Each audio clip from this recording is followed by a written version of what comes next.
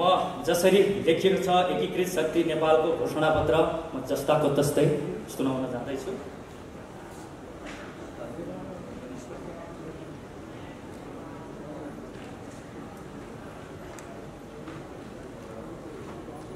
शान्त, स्थिर र समृद्ध नेपाल हामी नेपाली सबैका साझा सपना।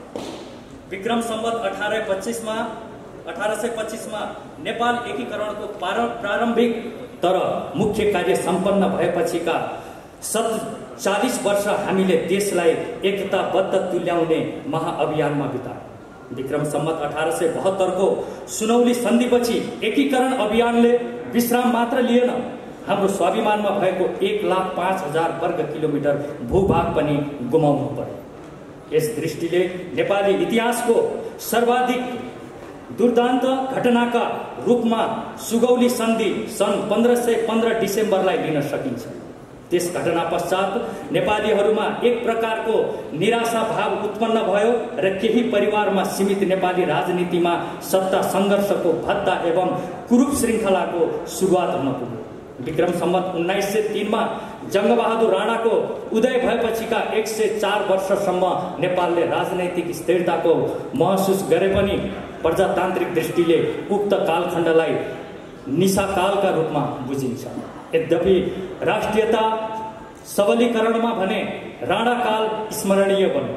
सुगौली सन्धिका क्रममा गुमेको केही भूभाग फर्काउन सक्नु, नेपालको अन्तर्राष्ट्रिय पहुँच स्थापित गर्नु, देशको सीमा सुनिश्चित गरी नक्साङ्कन कार्य सम्पन्न हुनु, पृथ्वीनारायण शाहका नीति व्यवहारको पदचापमा मुलुकलाई अघि बढाउन सक्नु, आफ्नै मुलुकमा हात हतियार तथा गोलीगट्ठा उत्पादन कारखाना स्थापना हुनु लगायतका कैयन महत्त्वपूर्ण कार्यले राणाकाललाई राष्ट्रियताका दृष्टिले स्मरणीय बनाएको छ। विक्रम सम्वत 2000 सालको राजनीति परिवर्तन सैद्धान्तिक एवं वैचारिक दृष्टिमा उत्तम र विशिष्ट मानिएको छ र एउटा पारिवारिक निरङ्कुशताको दास्ताबाट मुक्त भई प्रजातान्त्रिक पद्धतिमा मुलुक प्रवेश हुनुलाई हामीले युगान्तकारी परिवर्तन मानेका छौँ। तर 2007 सालको परिवर्तन यता नेपाली राजनीति स्थिर, राष्ट्रपयोगी र जनहितमुखी बन्न नसकेको यथार्थ हामी बेहोर्दैछौँ। 7 दशक अघि उत्पन्न राजनीतिक झमेला र राजनीति केन्द्रित राजनीतिबाट अहिलेसम्म मुक्त नपाउनु नेपाली जनका निम्ति दुर्भाग्यपूर्ण हो। राजा महेन्द्रको शासनकालमा राष्ट्रियता र विकासका दृष्टिले उत्तम मानिए पनि 2017 सालमा उनले चालेको कदमले नेपालको प्रजातान्त्रिक अभ्यासमा पूर्ण विराम लागेको र त्यस पछाडि अपरिहार्य बनेको प्रजातान्त्रिक आन्दोलनका कारण राजनैतिक र सामाजिक स्थायित्वमा बाधा उत्पन्न भएको यथार्थलाई हामी अस्वीकार गर्न सक्दैनौँ। 2046 सालमा जनता र राजाको सहमतिमा स्थापित प्रजातन्त्र आफैमा उन्नत र नेपालको सन्दर्भमा उपयुक्त भए पनि 2052 सालमा माओवादीका नाममा सुरु भएको प्रजातन्त्र विरुद्धको हिंसात्मक सङ्घर्षले नेपाली जनतालाई प्रजातन्त्रको रसस्वादन गर्ने अवसरबाट वञ्चित तुल्याएको घटना सन्दर्भलाई भुल्न सकिँदैन। 2047 सालमा राजा नेपाली काङ्ग्रेस र वामपन्थी कम्युनिस्टहरूको साझा दस्तावेजका रूपमा आएको संविधानलाई प्रजातन्त्र र राष्ट्रियताका दृष्टिले समेत उपयुक्त मानिएको हो। बेलायती मोडलको प्रजातान्त्रिक प्रणाली स्थापना हुँदा हामीले मुलुकमा राजनैतिक विवाद र झमेला अन्त्य भई स्थिरता, शान्ति र समृद्धिको यात्रा प्रारम्भ हुने विश्वास गरेका थियौँ। तर प्रजातन्त्र विरुद्ध माओवादीले सुरु गरेको हिंसात्मक सङ्घर्षले देशको सामाजिक जीवन,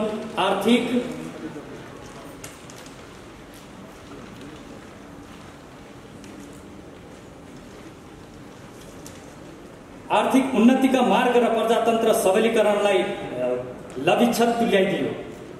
प्रजातन्त्र विरुद्ध सुरु गरिएको माओवादीको हिंसात्मक सङ्घर्षलाई विराम लगाउने क्रममा भएका सम्झौता र 12 बुँदे सम्झौताको जगमा प्रकटीकरण भएको संविधानले नेपाली राष्ट्रियता तथा राष्ट्रिय एकता र अखण्डतामा गम्भीर चुनौती थपेको हामीले ठानेका छौँ। राजनैतिक दलको नेतृत्व, तिनको सोच, व्यवहार र अवलम्बन गरिएका नीति र कार्यक्रमले कतै देश असफल राष्ट्रमा रूपान्तरित हुने हो कि भन्ने सन्देह बढाएको छ। सर्वाधिक उन्नत दावी गरिएको राजनैतिक प्रणालीमा मुलुकको राष्ट्रियता, राष्ट्रिय एकता, राष्ट्रिय स्वाभिमान र आम जनताको जीवनस्तर नेपालको इतिहासमै सबैभन्दा सङ्कटग्रस्त अवस्थामा पुगेको छ।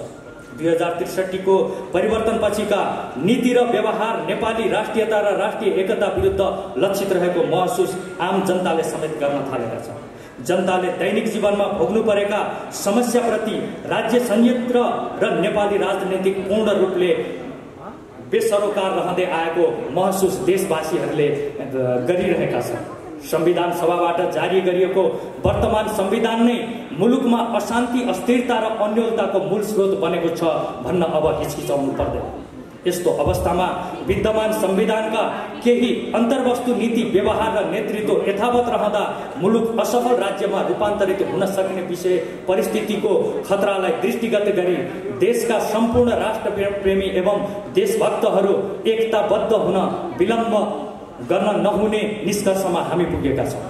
वर्तमान संविधान र देश एकसाथ सुरक्षित तुल्याउन नसकिने ठहर सहित हामी देशभक्त राष्ट्रप्रेमीहरू मोर्चाबद्ध भएर राष्ट्र विरुद्धका चुनौतीहरूको सामना गर्न प्रतिबद्ध भएका छौँ।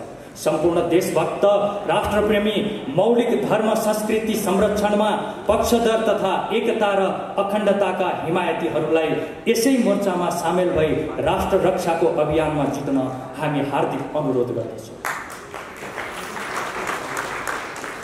परिवर्तनका अपरिहार्य कारणहरू: राष्ट्रियता कमजोर हुँदै गएको, सामाजिक सद्भाव र राष्ट्रिय एकता दुर्बल भएको, सार्वभौमिक सर्वोच्च र राष्ट्रिय अखण्डताको रक्षा हुन नसकेको, नेपालीहरूको मौलिक धर्म संस्कृति र परम्पराको संरक्षण हुन नसकेको, पराया धर्मको कृत्रिम विस्तारलाई काबुमा लिन नसकेको, नखोजेको, राज्य संयन्त्रलाई राजनीतिकरण र पार्टीकरण गरिएको, राष्ट्रिय उत्पादनका साधन र उत्पादकत्वको विकास हुन नसक्दा मुलुकले धान्नै नसक्ने गरी व्यापारी घाटा बढेको, पर्यावरण सुधार र संरक्षणमा राज्य उदासीन रहेको, व्यवस्थित आवासीय व्यवस्था, औद्योगिकरण र रोजगारी प्रवर्तन गर्ने कार्यक्रम तर्जुमा हुन नसकेको, व्याप्त भ्रष्टाचार नियन्त्रण र सुशासन तथा पारदर्शिताका निम्ति कुनै कदम नचालिएको, नेपाल र नेपालीको गरिमामय प्रतिष्ठा सम्मान विश्व सामु अति कमजोर हुँदै गइरहेको, विकास निर्माणका कार्यमा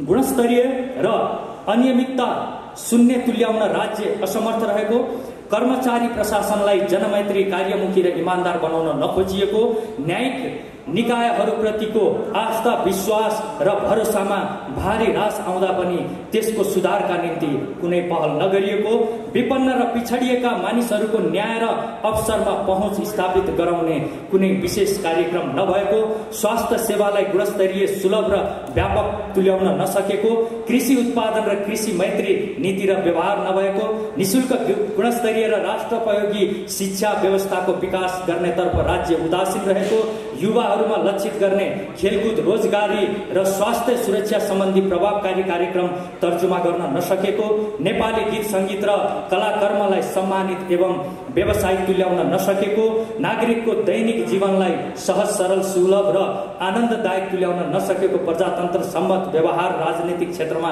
प्रकट हुन नसकेको, यातायात व्यवसायलाई मर्यादित र सुरक्षित तुल्याउने तर्फ चासो प्रकट नभएको, शैक्षिक, न्यायिक र स्वास्थ्य लगायतका संवेदनशील क्षेत्रलाई राजनैतिक मुक्त बनाउन नसकेको, बढ्दो अपराध र अपराधीकरणलाई नियन्त्रण गर्न असफल रहेको, राष्ट्र केन्द्रित एवं जनमुखी राजनीतिको विकास गर्न नखोजिएको, शिक्षा, स्वास्थ्य र रोजगारी, न्याय र सुरक्षा प्रणाली जनोपयोगी नभएको। यति धेरै प्रब्लममा त देश रहेछ, यो पढ्दाखेरि अझै स्पष्ट हुँदछ। तैपनि हामी हेरेर बसिरहेका छौँ। एनिवे, र हाम्रा प्रतिबद्धताहरू: एकीकृत सार्वभौमिकता सहितको धर्म सापेक्ष राष्ट्र, मौलिक धर्म संस्कृति परम्परा इतिहास र सभ्यता सहितको समृद्धि, गैर जातिवादी अवधारणाको कार्यान्वयन, जनता राज संस्था र राजनीतिक दलहरू बीचको समन्वयकारी राजनीतिक प्रणाली, सबल र सुदृढ नेपाली राष्ट्रिय सेना, ट्रेड युनियनहरूको व्यवस्थापन, न्याय, सुरक्षा, शिक्षा र स्वास्थ्य सेवा निशुल्क, सम्पत्ति आर्जन र संरक्षणको सुनिश्चितता सहित राष्ट्रिय पुँजीको प्रवर्धन, भ्रष्टाचार शून्य राज्य संयन्त्र र समाज, स्वदेशी उत्पादन र रोजगारी प्रतिबद्ध प्रवर्धनलाई उच्च प्राथमिकता, महिला पिछडिएका समुदाय र विपन्न वर्गलाई माथि उठाउन विशेष आर्थिक तथा सामाजिक कार्यक्रम, जनमैत्री, पारदर्शी र कार्यमुखी कर्मचारी प्रशासन, सन्तुलित एवं राष्ट्र हितमुखी परराष्ट्र नीति र व्यवहार, उत्पादनमुखी अर्थतन्त्र, कर प्रणाली मुरहित जनमुखी आर्थिक नीति योजना र कार्यक्रम। मैले सायद शब्द केही मिस्टेक पनि बोले होला, माफी चाहन्छु। लक्ष्यहरू: अखण्ड एवं सुदृढ र सम्मानित सार्वभौमिकता सहितको एकबद्धता नेपाल निर्माण गर्ने, सामाजिक सद्भाव र जातीय एकता पुनर्स्थापित गर्ने, स्थानीय तहमा अधिकार, सेवा र सुविधाको क्षेत्र विस्तार गर्दै स्थानीय तहलाई जिम्मेवार बनाउने र प्रादेशिक संरचना विस्थापित गराउने, स्वास्थ्य, शिक्षा, रोजगारी, न्याय, सुरक्षा र मनोरञ्जनमा सबै नागरिकको पहुँच स्थापित गर्ने, बौद्ध, किरात, बोन, जैन, सिख, मैत्रीय र इस्लाम लगायतका धर्म संस्कृतिको संरक्षण गर्ने, वैदिक सनातन हिन्दू राष्ट्र स्थापना गराउने, भ्रष्टाचार र अनियमितता शून्य शासन प्रशासन बनाउँदै समृद्ध नेपालको भविष्य सुनिश्चित गराउने। राजनीतिक प्रणाली: संसदीय प्रजातन्त्र, कानून निर्माणमा केन्द्रित व्यवस्थापिका, निष्पक्ष, पारदर्शी र न्यायिक न्यायपालिका, सर्वमान्य, निष्पक्ष र जिम्मेवारी राष्ट्र प्रमुख। विचार र दर्शन: पृथ्वीनारायण शाहको विचारलाई मार्गदर्शक सिद्धान्तका रूपमा अवलम्बन गरिनेछ।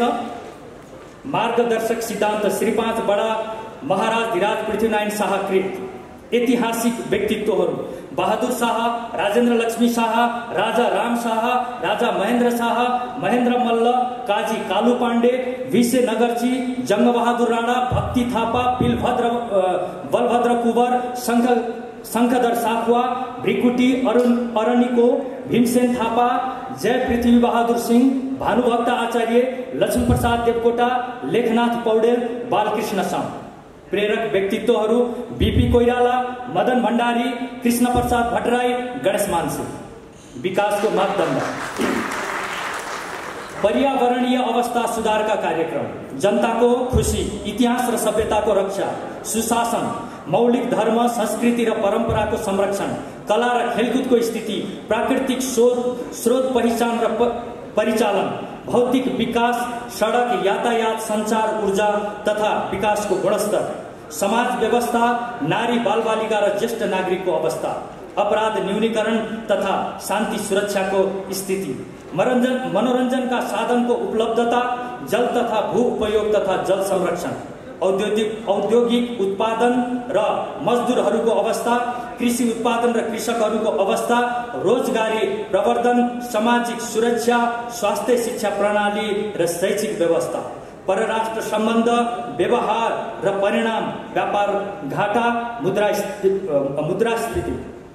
हामी मुलुकको शान्ति, स्थिरता र समृद्धिका निम्ति प्रतिबद्ध रहँदै आएका सबै राष्ट्रप्रेमी, देशभक्त, धर्म सापेक्षताका पक्षधर, विकास प्रेमी जनसमुदायमा एकीकृत शक्ति नेपालको आबद्धताका निम्ति हार्दिक आह्वान गर्दछौँ। एकताबद्ध एवं प्रतिबद्ध जनशक्तिको सक्रिय इमानदार र सात्विक प्रयासमा मात्र परिवर्तन निश्चित हुने विश्वास हामीले लिएका छौँ। आमूल परिवर्तनबाट मात्र विद्यमान सबै खाले समस्याको समाधान हुने हाम्रो ठुलो प्रयास। जय देश, जय मातृभूमि।